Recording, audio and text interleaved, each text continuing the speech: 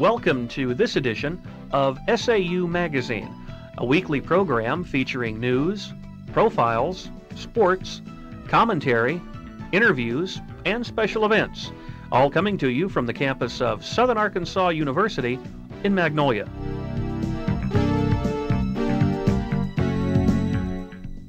Hello, and thank you for joining us at our Student Issues Forum today at SAU. I'm Lisa Stegall. And I'm Dana Thomas.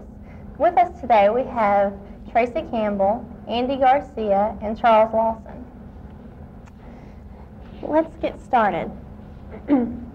How would y'all rate your overall experience at SAU? Andy? Well, this is my second university to attend, and I would have to say I really enjoyed this one. It's more of a family university as far as that has a more family feel. You no longer feel so much as a number, but more as an individual. It's nice to have that hometown feeling when you're at school. So I would probably rate mine. It's very good, very personable. Great. What about you, Tracy? What do you think? Would this be on like a scale of 1 to 10, or would it be just good, exemplary? From 1 to 10, what do you think? Okay. Like Andy said, it's really a family university. The smaller universities, they give you a chance to center in on the students. It's nice to know that the teachers know who you are, know your names, go around town, see them, hey, how you doing? It's just really good to know the teachers. As far as experience, I really love the campus. I haven't had any bad experiences or anything. On a scale of 1 to 10, I'd probably give it an 8. That's good. Charles, what do you think? Well, I'm kind of agreeing with them. There's a big family influence here. One of the things I admire about this school is the Christian organizations they have. And the campus is just beautiful.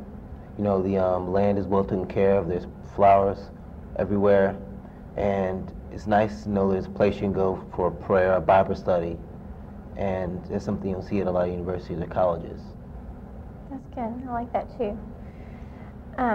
Okay, well, another question is, Tracy, I know you have classes in the Britton Art Building, and what do you think about how they've moved the music building in with the art building? Has that caused problems?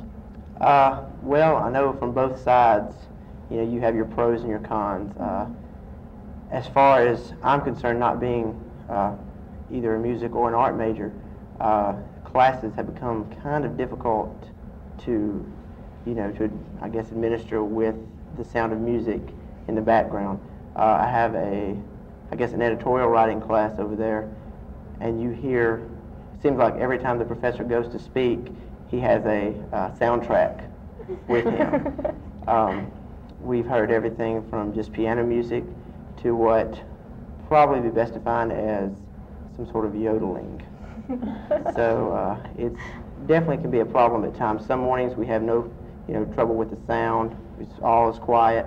Then, other mornings we have to deal with music in the background. So I know I have classes over there, and in the dark room you can hear 2 or 3 different instruments playing at the same time, and they're not playing the same thing, so it adds music to it, and you have something going on instead of just nothing. But I don't know, it's gotten to the point where they need to soundproof it a little bit better, I think. Right, I agree. But I'm sure it's a problem for the music students too, with the chemicals and the smells. I'm sure they're not used to that. It is. You've got that. You've got choir, don't you?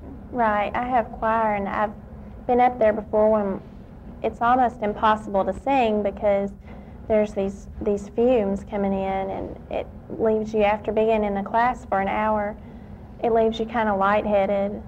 I don't really know how some of the art students. Yeah, it's the same thing with the art students, I think, but I'm sure the music students aren't used to it as much. Yeah. So I see where that's a problem. And from the, I guess the art, students' perspective also, they should not have to listen to how can you concentrate and get truly in the mood, to design something or paint something with the sound of, with instruments in the background. So it seems like it would be more of a burden, on them than they should have to deal with. That's true. Yeah. Andy, you've been to other universities you talked about earlier, have they had a child care facility where you went?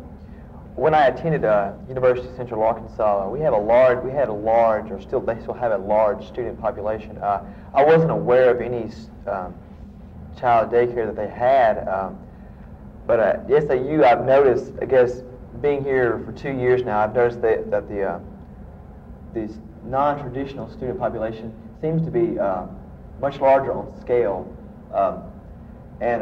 Me being 24, I have a lot of my friends who are close to my age, and many of them have children, and it can really be a hardship on them to want to go to school and to also take care of your child as well. For instance, this semester in my Spanish class, we've had a young lady who simply had nowhere to take her child, so she had to bring it to class with her.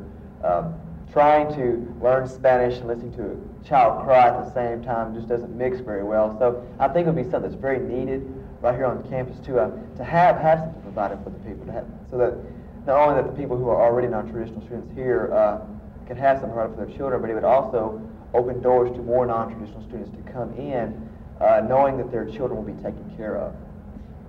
Do you know of a good area that could serve as that purpose? That I'm not sure of, but just very aware that we need it. Right. Charles, I know you live in the dorms, and I know that it's been really weird weather lately, and I know that the temperatures in there, they change a lot, and you can't set your own temperature. Do you think that you should be able to? Yeah, but I found out that in each dorm, the heating and air conditioning system is connected to one system. So for that reason, they pick a particular time of the year to turn the whole system on. That's a problem for you? Yes, it is, because sometimes they want to, like last year, they didn't turn it on until later the fall. Mm-hmm. And it was really cold inside and we couldn't access the heat. So yes, that's been slightly a problem. But there's nothing we can do about that, I guess? Yeah, I was under the impression they could probably redo the system to where each individual room could set their own temperature. Mm-hmm. But why they do that, I don't know. Tracy, you work for the Bray here on campus. What do you think about its coverage of campus news and maybe its coverage of news that's not related to campus? Well, I'd say for the staff we have, our coverage is pretty fair. There's really a lot of areas that we need to get out and focus in on more like science. There's a lot of things we never, I guess I've looked back on a few Brays and I've seen that not a lot of science and mathematics coverage has taken place. Probably the reason for that is we get a lot of people call us and they'll say, okay, we just have our connections with certain departments, and they'll call and say, we have this story or there's this going on, would you like to come write about it? And it always winds up being the same department. A lot of it is liberal and performing arts. Our coverage, we've covered a lot of issues that I think are important to the university, such as drugs on campus. I've covered that. When they canceled the play due to sexual allegations last year, that was important. There's a lot of things we have covered, and I think we've done a really good job of doing it. And you also have to take into account that the students who are doing it, have multiple classes, have a social life, and it's really, I think it's been really good, what they have done. So there are a lot of things we need to improve on, and I'm sure that, if we had a larger staff and more time on our hands, we could do it. So. I like to say I agree with that. I used to work on the Bray with Tracy, and for the staff they have, they do an excellent job of covering student issues on campus, just student-related stuff, and also making sure they have a healthy mixture of outside news, because understanding that we live in a large world and we need to broaden our horizons on what we see, what we know. But I think it's a very good newspaper. Okay. I think it's a very good newspaper too. I think y'all are doing a really good job this year. Right. Thank you.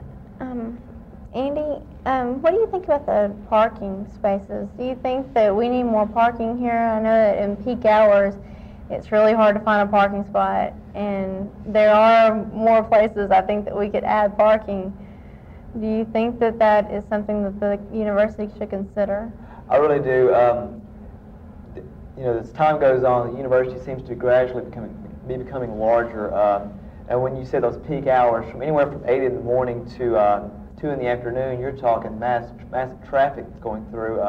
You know, many people have their classes at that time, and therefore they need, you know, a large area of parking. I do understand that they have added some new parking this last year, which is great, and it seems to be helpful.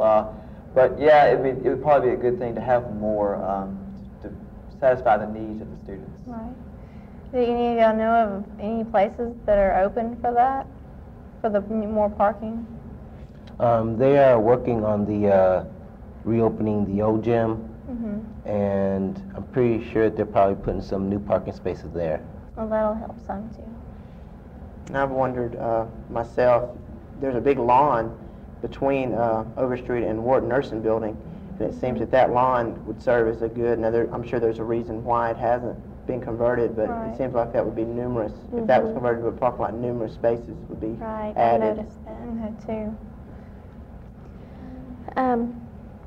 Tracy, I know you're not currently living here, but you're covering a story for the Bray about the quality of cafeteria food here. Would you say that it's above average, or would you say that there needs to be some improvement? Well, I might not be the best one to ask that question because I haven't been, there's been an incident lately that I'm not directly involved with. Another reporter is covering that, but apparently a young lady in the cafeteria found what she described as a maggot in her strawberry, and what the food service said was a worm. And they admitted it was, you know, some sort of insect or bug in the fruit, but their excuse for that was that all the time it happens, fresh fruit, you get a worm in it every now and then. So that's not really a good thought to no, it doesn't matter if it's a... But I was here the fall of '95, and I did eat in the cafeteria, and compared to some high schools, and then compared to my high school, the food was above average. And their specialty nights, everything, I really enjoyed you know, going there. Now, steak night would be enough. We had steak night. I don't know if they still have. Charles, do they still have steak night? Yes, they do. Okay. I was never impressed with the steak night, so that might just be me. But anyway, their food is definitely above average compared to high school. Now, other colleges, I would not know, since Southern Arkansas University is the only college I've attended. Charles, do you have anything to add to that? I know you eat in the cafeteria here. Well, I was thinking that ever since, from talking to students that were here last year, they say that the service improved greatly ever since the company of Herrin took over. But I was starting to think that maybe the worm in the strawberry might have not been the cafeteria's fault. Sometimes the food you buy at a store might have that, and that might have been a slice of something overlooked. But there have been other cases of problems with the food, and I've known some other complaints similar to that one. But I've always kind of developed the method, like a way you can eat and then all serve your own, where you can serve your own food and avoid getting germs or something like that. And that is always go like at 5 o'clock or directly at 6, because at 6 they put the new food out. And between 5 and 6, like later on at 5, later on at 6, the food's been out there for a long time. Another thing is, don't go near food or cake or pie that's been touched. You know, always go for the fresh one. And usually just mostly eat the food that is served to you and that other people do not serve. So these are just personal precautions that you feel you need to take at the cafeteria? Yes, I feel if anybody take them, it would prevent a lot of problems.